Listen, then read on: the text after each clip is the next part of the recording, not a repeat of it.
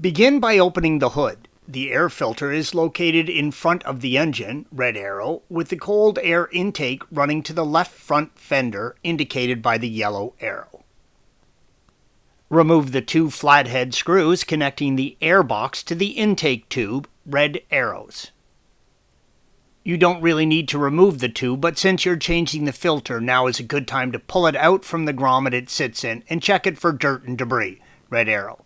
There's no point putting a new filter in if the air intake tube is all plugged up with dirt. There is a metal clamp that wraps from the top of the airbox over the turbo air pipe and connects to the bottom of the airbox lid. If you're not going to remove the lid, you can just reach under the pipe and unclip the clamp. If you're going to remove the lid from the vehicle, undo the 10mm bolt on the top, red arrow.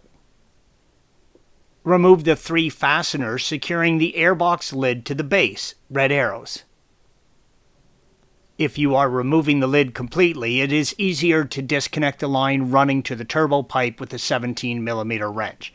Note that there are 2 washers, red arrows, that need to replace if you remove the line. If you are not removing the lid, you can now simply lift it up and turn it upside down to remove the old filter and insert a new one.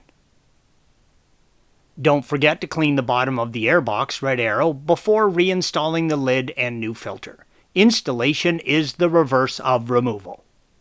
Thanks for watching. Be sure to subscribe to our channel and check out another video in this series.